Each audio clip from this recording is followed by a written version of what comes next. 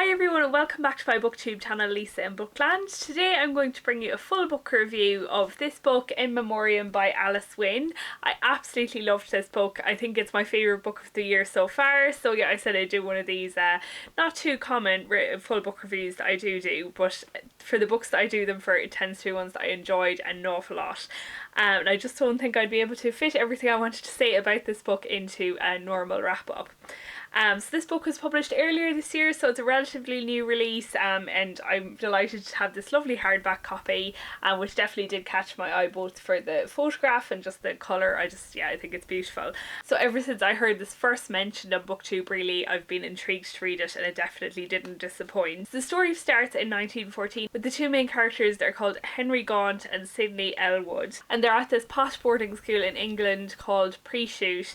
However, it doesn't really start actually with them. It starts off with these extracts from the college newspaper, which is called the Pre-Shootian, and they're kind of like scanned pages like this, so it's nearly like you're reading the actual paper yourself. So yes, the first extract from that paper you get is from June 1914, presumably the last issue before the summer holidays, and it just has like normal kind of light college news that you'd expect to find.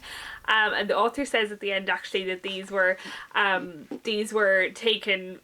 very much inspired by real issues of the newspaper of the Marlborough College.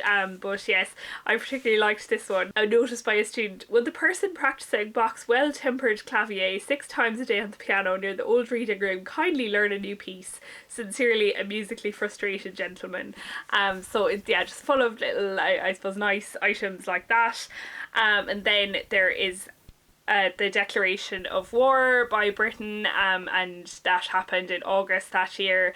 And then there's the first issue in September when the war has started, and it starts off the front page of the paper with a list of the dead, a list of the wounded, a list of people that have died of wound. There's also 2 little in memoriams of, I suppose, like particularly notable previous students, or maybe people that recently graduated, with more details of what they were like in school and also how honourably they died. I suppose it's just so striking in how things changed for everybody, everybody all over the world, but including these schools you would think are quite sheltered. And yeah, so those little extracts from the school paper are present throughout the book, and I'll talk about those a little bit more later. So yeah, then we get into the main narrative. I really think those 2 extracts of the paper were such a good introduction to like set it all up, and you get to know school life a little bit. So people's brothers and presumably fathers, cousins, friends are fighting in the war. They're sending letters back on how things are, and then there's also the Pre-Shootian, as we've seen, and I suppose newspapers and things. So the world of the school is being infiltrated by all this knowledge of the war, and all the boys are very much aware of it. A lot of them are very interested in going off to join. People's parents have opinions on whether they should or shouldn't join. At this stage in the war, the minimum age for entry into the army in Britain is 19, whereas a lot of these students would be like 17, 18, and the 2 main characters, Gaunt and Elwood, are actually 17, so they're too young. And we do get like a few chapters, a few months of that before inevitably the boys do actually sign up. There's actually a great portrayal of like the white feather movement here, where these women would go around and give white feathers as kind of a symbol of cowardice to any like young man who they thought looked well enough to fight in the war but wasn't.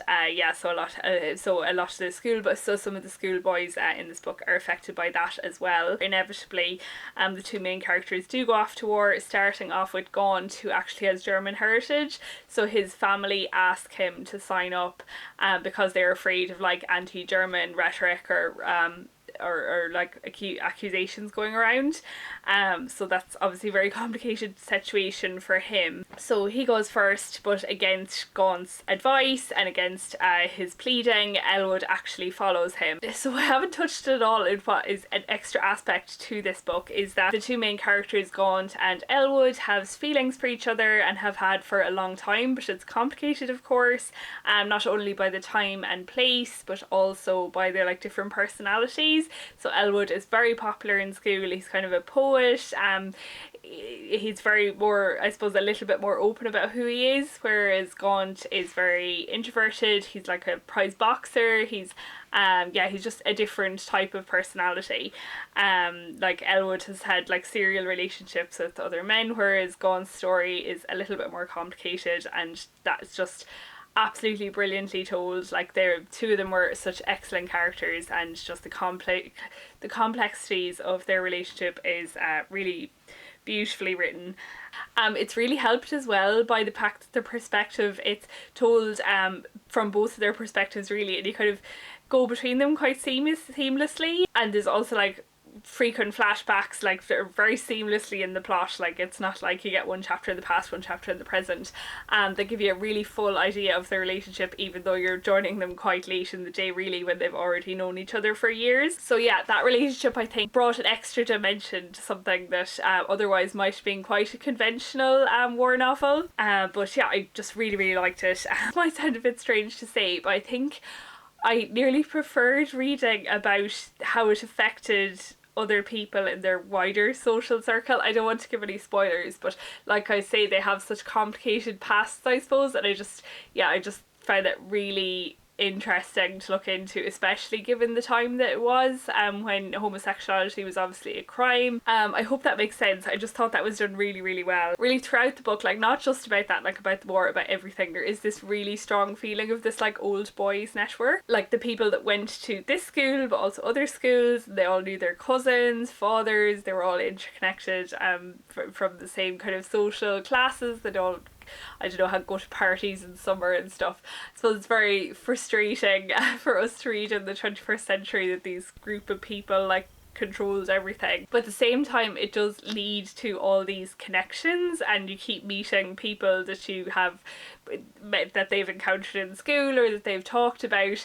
And it also, and I think it goes back to what I said before, like Gaunt and Elwood went to the same school, and they had the same group of acquaintances. They had many mutual acquaintances, but sometimes they had like different types of relationships with the same people. But also when they go into the army, they sometimes meet the same people but have different relationships with them. And yeah, I just found that was really real, I suppose, and really interesting. And also the way that sometimes their opinion changes over time, and I think that's like a reflection of them growing up as well, and going back to them all knowing each other. Like, I suppose it is a pity that there aren't more books about like the more non-officer class, but at the same time, just I suppose there can be interesting stories to be got out of that because they did all know each other. Yeah, and some of the supporting characters that came and went were just really memorable, and I just, yeah, you really felt for them.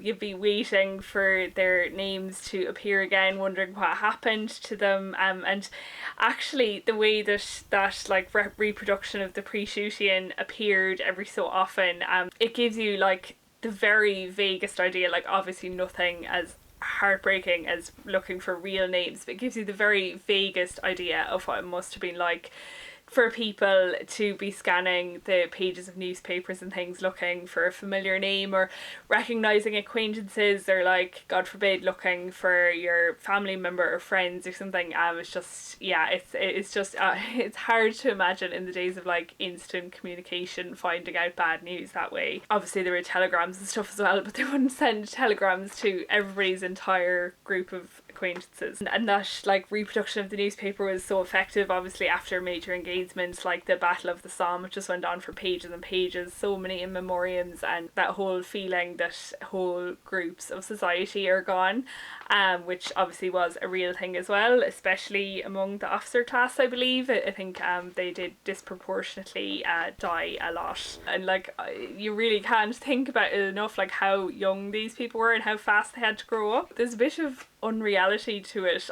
It's so hard for us to believe in our modern perspective that these boys weren't even finished school yet. Like, some of them were as young as 16, and they were called officers and given like command over large groups of men that were older than them and with like no experience. It's just baffling, isn't it? And like such a big emotional toll. They had to write letters to the families of soldiers that had died, and just ask people to do these all horrific things as well as facing their own demons. It's just Yeah, it's just absolutely mad. If I was to say what my one regret maybe that with this book is that there was this character called Hayes who was in Gaunt and Elwood's company. He was one of the other officers, and he was actually a temporary officer and gentleman, which, you know, it was just a pity that we didn't see more of him. Like, we saw a good bit of him, but I just really liked him. So being a greedy person, I wanted to see more. So temporary officer and gentleman would be somebody that wasn't from the typical officer class. And Hayes actually worked in a factory, and we don't find out. And you see, that's maybe what I would like to have found out, how he was selected as an officer. Was it just because he could read and write? I don't know, but yeah, I just would have loved to hear more of his story. And I'm sure there are books out there. I know that there is a Sebastian Barry book called The Temporary Gentleman. I just haven't read it yet. It's a class of people that I think would be really interesting. The only other encounter I've had with them is in Foyle's War. I think Foyle was a temporary officer gentleman during the First World War. I will say that, like, I did listen to a review of this by Jen the Librarian, and she pointed out that it didn't do anything particularly new, and I would completely agree with that.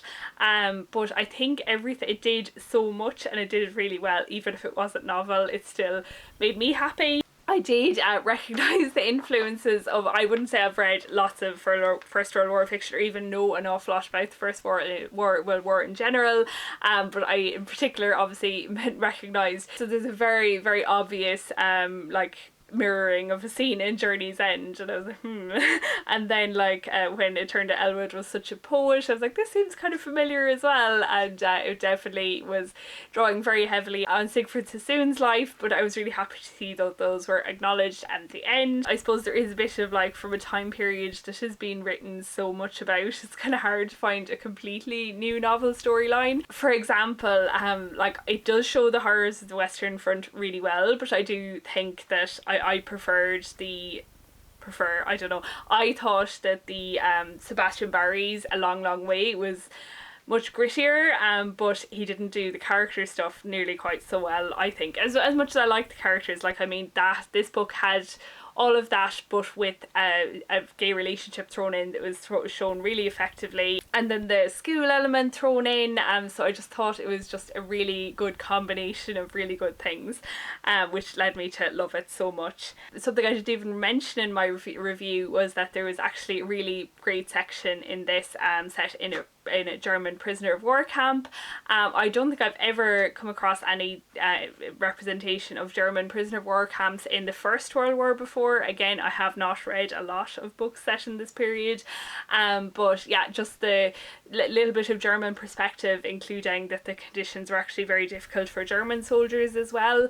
That was really brilliant, and along with some really great escape attempts, which I assume were drawn from real life stories as well.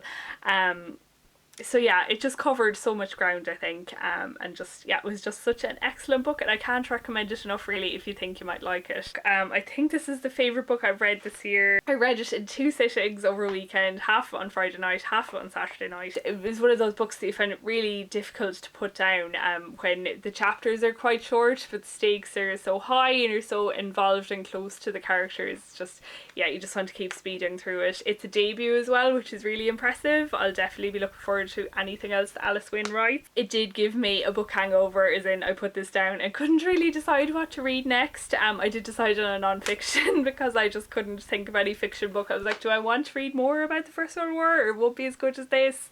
I don't know. I did see an acknowledgement from Alice Winn at the end, thanking somebody for guiding her through the process of selling the film rights, so maybe we'll see a film of this in the future. You wouldn't know. I hope if you do read it you enjoy it, and yes, let me know if you have read it, what you thought of it.